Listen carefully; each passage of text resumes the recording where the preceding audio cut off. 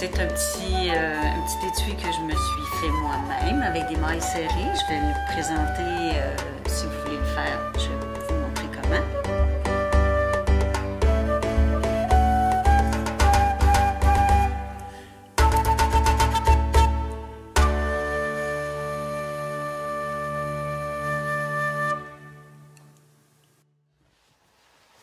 Je me suis acheté des jouets pour agrémenter mon travail. Une bobineuse à fil. Moi, je la voulais comme ça. Vous voyez comment elle tourne? C'est ce modèle-là que je voulais particulièrement. Et tantôt, je vais vous présenter le dévidoir ici. Parce qu'on a des échevaux de laine et au lieu de demander à quelqu'un de mettre les deux mains séparées puis que nous, on roule une balle, on est capable de s'organiser tout seul. J'aime pas avoir des restants de laine comme ça, tout mou, qui se transportent mal. Alors, j'avais pensé à cette utilisation-là pour faire mes balles, pour que ça se transporte mieux. Je vais vous présenter ce que ça a l'air. C'est vraiment des belles balles, des plus grosses, des plus petites. Et ça nous permet aussi d'utiliser tous nos surplus, toutes nos petites balles qui sont du même diamètre et de faire comme un cake qu'on achète qui a plusieurs couleurs dans la même balle de laine. Exemple, celui-là qui a plusieurs couches. Donc, je me suis fait 7-8 balles comme ça. Quand je voudrais faire un projet, il y aura les mêmes teintes dans une et dans l'autre, mais pas placées de la même façon. Ceci étant dit, on place simplement notre fil dans le petit fil de fer ici. Et il y a deux petites fentes. C'est super facile. On met notre début de balle et on garde une tension régulière. On tourne. C'est vraiment très simple. Moi, j'ai commandé par Internet parce que j'ai essayé de l'avoir à Sherbrooke dans 2 ou 3 endroits et il n'y avait pas. Chez Michaels, il y avait un autre modèle, mais c'est pas le modèle comme celui que je voulais. Alors, j'ai dû le commander par Internet. Ça m'a coûté environ 36 $, livraison incluse, pour le dévidoir et l'enrouleur de balles. À un moment donné, on n'a pas le choix d'arrêter parce qu'on est rendu à ce que le fil passe ici par-dessus. Le diamètre devient trop gros. C'est sûr que c'est pas pour des grosses balles de 300 grammes. C'est environ 100 grammes la balle, j'imagine. Je devrais être rendu presque à la fin. C'est sûr qu'à un moment donné, il faut arrêter parce qu'il y a des nœuds. Même quand on fait nos balles à la main, il y a des nœuds aussi, il faut défaire. Bon, je suis rendue quelques tours.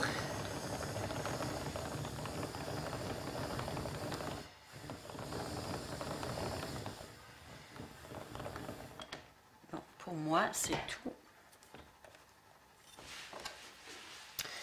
Je n'ai juste pas trouvé. Attends, je vais le montrer. On se place au-dessus, et on tire. J'ai juste pas trouvé la façon de rentrer efficacement le petit bout. Ce que j'ai vu, j'avais vu des petites pinces à cheveux qui clipsent et c'est ça qui mettait au bout. Bon, c'est sûr qu'on peut le rentrer en dessous, là. Mais c'est ce que ça fait. Alors, je termine le petit bout qui me reste. Et ensuite je parle bien. Ensuite, elle va vous montrer le dévidoir. Il arrive souvent qu'on achète des balles de laine comme ça. En écheveau, comme ça. Et qu'on n'a pas toujours quelqu'un à la portée de main puis qui a le temps de nous aider et de placer ses mains. Alors, c'est ce que j'ai acheté. C'est comme un parapluie qui s'ouvre et qui va s'adapter à la largeur la circonférence qu'on a besoin. Il y a une petite pince en dessous qui descend ou qui, je ne veux pas perdre mes affaires, ou qui augmente le diamètre. Et ça, il y a une petite poignée sur le dessus. Donc, on tourne ici et on tourne là. Je vais essayer de le faire correctement. C'est la première fois que je l'essaie, hein? C'est pas... Puis là, il faut prendre le bon bout. D'habitude, là, c'est mieux fait que ça. Parce qu'il ne faut pas prendre l'intérieur. Est-ce que je vais être capable? Je suis pas certaine, pas certaine. Au pire, j'arrêterai. Bon, on se souvient qu'on entre le fil ici dans la petite tige.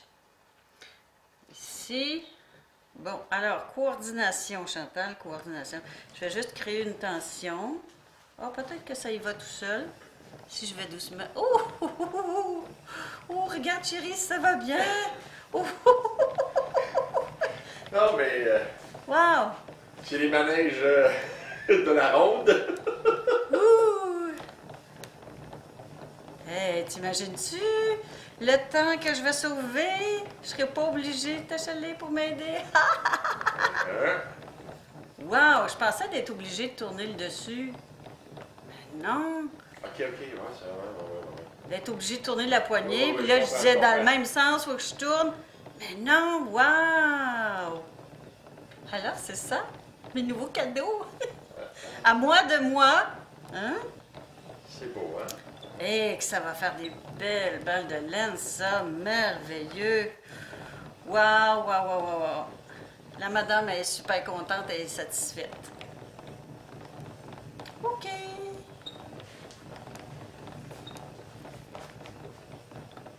Bonjour, je voulais vous présenter aujourd'hui la meilleure façon de tirer profit d'une laine. Ce que j'ai découvert. Mais avant ça, je voulais vous montrer l'évolution de mes créations. Je vous présente mon patron. Vous savez que je pars à partir d'une grille. C'était ma grille avec des brides, des mailles en l'air, mailles serrées, un picot. Et c'est comme ça. Ça se fonctionne sur 1 rang, 2 rangs, 3 rangs, 4 rangs, 5 rangs et on répète. Ça donne ça ici, si vous voyez. Et j'ai reproduit le rang de picot ici pour faire le collet, pour faire le bas des manches. Je trouvais que ça faisait une belle finition. Et je vais vous montrer le bas ici qui fait un côtelé. Comme je l'ai expliqué dans une autre vidéo, c'est des brides par l'avant, brides par l'arrière, brides par l'avant, brides par l'arrière. C'est tricoté en rond. Et quand on revient dans l'autre rang, au-dessus des brides par l'avant, on fait une bride par l'avant. Au-dessus des brides par arrière, on fait des brides par arrière. Ce qui fait que ça fait un côtelé dans le bas. Et comme je mentionnais, gênez-vous pas pour faire le dessous des bras, au-dessous des bras. De cette façon-là, ça fait une belle finition ici. Ça poche pas. C'est vraiment très bien ajusté. Pour faire ce chandail-là, c'était une laine qui était quand même assez fine. Et j'ai pris 2 balles. Je vais vous montrer un petit peu ce que c'est. Je l'ai pris aux États-Unis. Mais il y a quand même des fils qui sont aussi fins. D'après moi, ça ne le dit pas, là, mais d'après moi, c'est un fil 3. Ça demandait d'utiliser un crochet 4,5. Et moi, j'ai utilisé un crochet 5 ou 5,5, je ne me souviens plus. Il y a, c'est ça, j'ai utilisé 2 balles. Il m'est resté ça. Quand même, on utilise au maximum ce qu'on a. Et je vous présente un autre projet. Je suis partie de ce motif. Et avec cette laine, ça donne ce motif-là. Je vais essayer de passer ma main en dessous. Il y a des trous ici, là. Ce qui m'amène à parler du choix de la laine. Quand on a un motif, quand on a une laine fine, on peut aller dans les motifs plus élaborés, comme celui que je porte, parce qu'on va voir le détail. C'est très important. Mais quand on a une laine comme ça, le détail se perdrait. Je ne pourrais pas faire avec cette laine-là le chandail que j'ai sur moi, parce qu'on perdrait la beauté. Ce qui est important de faire quand on a une maille qui est, je veux dire, quand on a une laine qui est très colorée, très texturée, c'est de faire un point très simple, comme l'image que je vous ai montrée tantôt. C'est vraiment très, très, très basic, c'est un rang répété. Mais c'est la laine qui va fournir toute la beauté, toute la chaleur, la texture, c'est ça. Donc, si vous avez une laine fine, vous allez dans des motifs plus élaborés, ça va faire ressortir votre laine et votre motif. Et si vous avez des laines texturées et un peu plus grosses, le point le plus simple, c'est le meilleur. Je veux vous présenter cette laine-là. C'est une laine pompon. Elle est différentes teintes de bleu. Moi, j'ai trouvé ça super cute. Je me disais qu'il devait sûrement y avoir quelque chose d'intéressant à faire avec ça. Alors, j'en ai acheté beaucoup. J'ai trouvé celle-là aussi. Ça, c'était en rabais, 3 pour 3 $ chez Rossi. Et franchement, là, pour faire un chandail, ça me prend 27 pieds de long.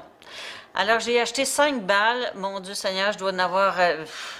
je dois faire presque 3 chandails avec une balle. Je ne sais pas ce que je vais faire avec le reste. Je me suis fait jouer un tour. Et j'ai trouvé ça aussi. Celle-là.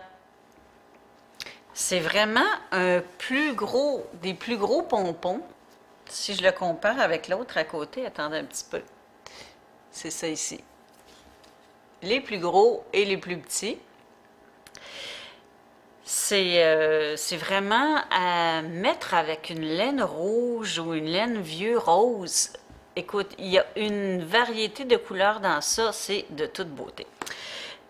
J'ai trouvé certains tutoriels sur YouTube qui ne me plaisaient pas. Au crochet, c'est difficile, c'est plus facile au tricot. Et, mais par contre, ce que j'y ai retenu, c'est qu'entre un pompon et l'autre pompon, il y a 2 mailles. Soit 2 mailles en l'air ou 2 mailles serrées, mais il y a 2 mailles. Alors, je me suis dit, Chantal, tu es capable de faire quelque chose avec ça. Je vais tasser ça et je vais vous présenter ce que j'en ai fait. J'ai décidé, comme il y avait 2 mailles, de commencer ici, des mailles serrées, des brides. Ensuite, je reviens avec des mailles serrées.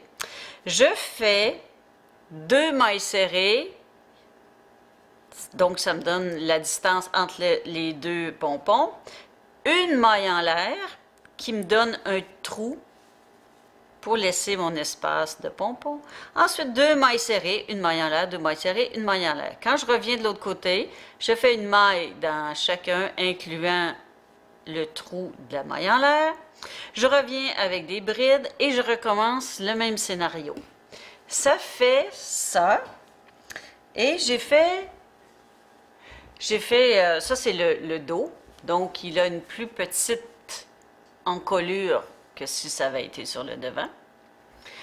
Et c'est un chandail qui, d'un côté, il est uni et de l'autre côté, il y a les petits pompons. Je vais vous montrer comment j'ai fait. Oups, j'étais en train de défaire mes choses, là. Chantal, elle n'a pas mis un marqueur de maille. Hein? OK. Donc, je travaille. Je suis rendue à mes mailles serrées. Mon petit pompon, je le laisse au bord ici, pour avoir la pleine distance entre les pompons pour pouvoir travailler. Donc, je vais essayer de vous mettre ça plus clair. Je laisse le pompon ici, j'insère mon fil, le petit fil du pompon, il est par-dessus. je vais chercher mon fil, je le ressors. C'est comme si je faisais mes mailles par-dessus ce fil-là.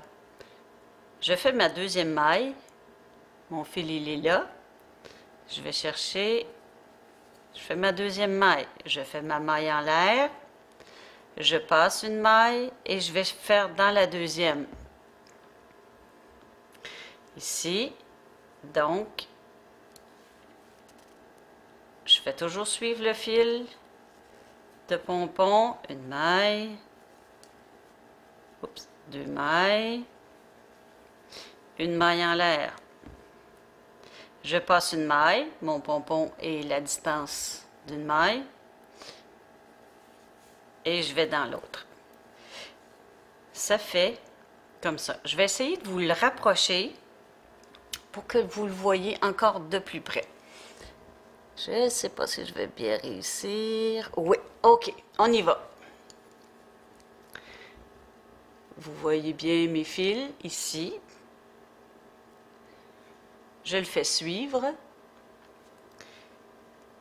On a dit, ici j'ai fait une maille. Oups, ici j'ai fait une maille. Ça c'est mon pompon. Donc une maille. Deux mailles. Une maille en l'air. J'ai l'espace de mon pompon. Je saute une maille. Je fais ma maille serrée, l'autre maille serrée, ma maille en l'air, je passe une maille qui est l'espace de mon pompon,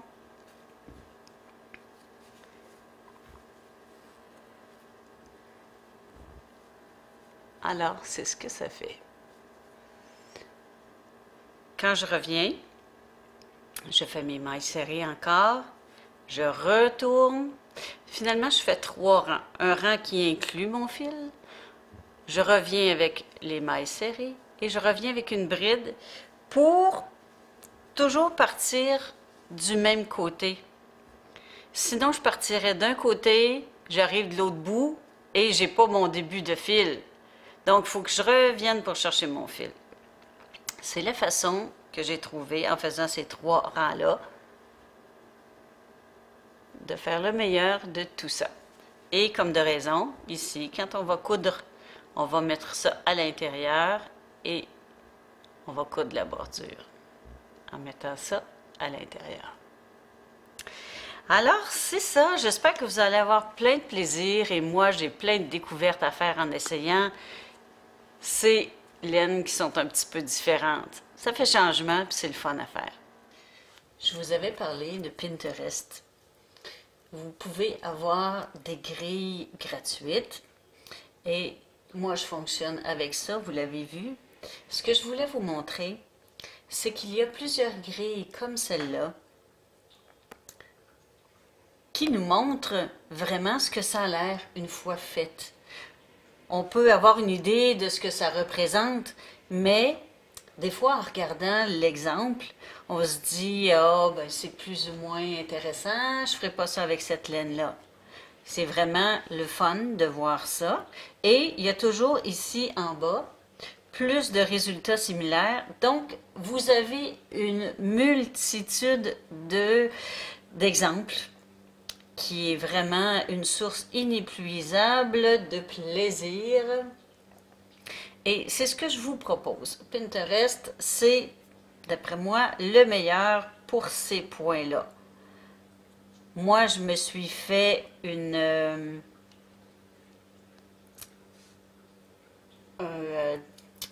fichier, dossier, diagramme, et toutes mes épingles sont sur ça. J'ai des petits chandails ici, avec un exemple de points qu'on peut agrandir. On voit la réduction pour le dessus des manches et on voit aussi le cou arrière. Et à partir de ça, on nous donne d'autres exemples d'autres chandails réalisables en voyant, si on a de la misère à faire les réductions, puis on se dit, ah, pour le coup, comment je procéderais, ben c'est facile de suivre avec ces exemples-là, parce qu'il y a toujours, à partir d'une grille, une multitude d'offres similaires à ce qu'on demande. Donc, moi, c'est vraiment mon fichier qui est comme ça. Et quand j'ai besoin de commencer un travail avec une nouvelle laine, je vais chercher la laine qui m'intéresse et ensuite je regarde le point. Et ça se peut que j'en essaie 2 ou j'en essaie 3, puis ça ne me satisfait pas. Puis là, je cherche encore pour en trouver un qui va faire ressortir ma laine au maximum. J'ai un fichier qui est diagramme. J'ai un fichier pour les bordures. Les bordures, ça peut être le bas d'une manche, ça peut être le bas d'un chandail, et c'est toujours très, très, très intéressant. Quand on a un chandail qui est avec un point, un fil plus petit et plus délicat comme une dentelle, c'est bien de terminer le bord, soit le bord d'une manche ou le bord du chandail, de cette façon-là en bordure. Donc, bordure, on demande bordure crochet et on a tous les diagrammes possibles. Et ensuite, j'ai vraiment les tutoriels. Des fois, j'ai besoin d'avoir une idée de ce que ça a l'air. Si ça me plaît pas. Je vais chercher une idée et j'essaie de la reproduire si c'est pas possible, de le faire en suivant le patron. Ou des fois, il n'y a pas de patron. Ou le patron, il n'est pas gratuit. Donc, on va trouver l'alternative. Donc, c'est tous les projets qui m'intéressaient. Souvent, c'est des tutoriels sur YouTube. Mais, même si c'est en anglais, même si c'est en russe, c'est pas important. L'important, c'est de voir les mains qui travaillent, qui font les points. Puis là, à partir de ça, on est capable de faire la même chose, que même si c'est pas le même langage. Donc, c'est vraiment des heures de plaisir et des heures de plaisir. Donc, j'ai fait un fichier crochet, ben, tricot comme de raison, j'appelle toujours ça tricot. Crochet, ensuite, dans ça, j'ai les diagrammes et j'ai les bordures de crochet. Mais vraiment, là, ce que je voulais vous montrer particulièrement, c'est vraiment d'aller chercher la grille avec la reproduction de ce que ça fait. Parce que comme ça donne pas une idée. Ben moi, à force d'en faire, ça me donne plus une idée, là. Mais quand on débute, c'est vraiment le fun d'avoir l'exemple à côté. Donc, c'est ce que je voulais vous partager. Bonjour, aujourd'hui, je voulais vous présenter un exemple d'une erreur qui a été récupérée. J'ai fait ce modèle-là. Je vais vous montrer le patron. La grille que j'ai trouvée. Alors ça ici, ça se trouve à former un petit cœur, si on le voit bien. L'erreur que j'ai fait ma chaînette, comme je vous l'ai expliqué. J'ai fait ma chaînette, je l'ai mesurée sur moi, j'ai laissé un petit espace. Et quand j'ai commencé à faire ce motif-là, je me suis rendu compte, après avoir fait quelques rangs de ce motif-là, qu'il avait tendance à resserrer. Quand j'ai mis le morceau de devant et le morceau de derrière ensemble, je les ai mis sur les côtés, je me suis aperçue qu'il en manquerait un petit peu. Alors, comment récupérer ça? Si vous voyez ici, j'ai fait, avant de les coudre ensemble, j'ai pris une partie, j'ai fait des mailles serrées jusqu'au-dessous du bras, j'ai fait 5 rangées comme ça, et ensuite j'ai cousu le dos avec le devant avec les mailles serrées. J'ai fait la même chose de l'autre côté. Donc, pour répéter le petit motif que j'ai ici, je l'ai fait au bord des bretelles ici. C'est une encolure carrée. J'ai pas fait rien en haut parce que ça faisait des petites loupes, je trouvais ça joli. Mais j'avoue que mes manches sont un petit peu serrées, ce qui a tendance à faire descendre mon épaule. Et je vais devoir faire d'autres rangées de mailles serrées ici. Je les commence dans l'encolure, je les amène jusqu'en arrière, je continue, je reviens, je m'en viens comme ça, je reviens. C'est comme ça que je vais récupérer ce chandail-là. Mais j'adore le motif, j'adore la laine, c'est super beau. Ce que je voulais vous montrer aussi, une autre façon de faire un chandail. Je vais vous présenter le patron. Oh, il y a du reflet, hein? En tout cas, je vais essayer de mettre moins de reflet. Je suis partie de cette idée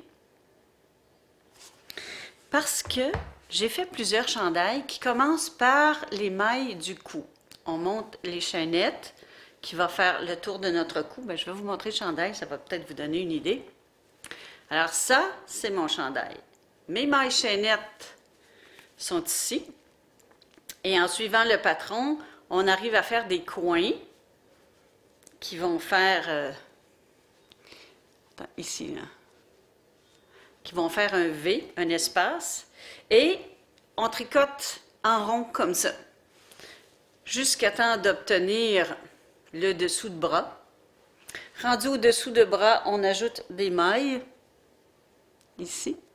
Moi, j'ai mis 6 mailles en l'air. Et ensuite, soit qu'on continue ce motif-là jusqu'en bas, ou moi, j'ai fait des mailles serrées. Alors, j'ai fait des mailles serrées jusqu'en bas, mais ça se tricote en rond. On termine par une maille coulée, notre dernière maille. On refait une maille en l'air, une maille serrée dans la même maille. On fait le tour, finit par une maille coulée. Alors, c'est le chandail que ça donne. Aucune couture sur les côtés. Et aucune couture ailleurs non plus. Et on voit le... Je ne sais pas si vous allez... Non, ça c'est un motif. En tout cas, vous allez voir ici, là. Ici, c'est l'espace qui délimitait d'un côté du dessus de l'épaule à l'autre côté. J'ai fait comme 30 mailles en avant, 15 mailles ici, 15 mailles là, 30 mailles en arrière. Parce que j'avais une grosse laine. Et j'ai terminé, comme celui que je porte aujourd'hui, par la bride avant, la bride arrière, bride avant, bride arrière. Alors, c'est ça que je voulais vous montrer, qu'il est facile de récupérer une erreur et qu'il est facile de faire un chandail avec différents motifs de gris pris sur Pinterest, de faire un chandail qui est en continu. Et là, alors c'est ça, c'est un vraiment beau motif, j'ai hâte de le porter. Alors j'espère que vous avez aimé ces trucs-là. J'en aurai sûrement d'autres à vous donner parce que j'en apprends tous les jours. Alors à la prochaine!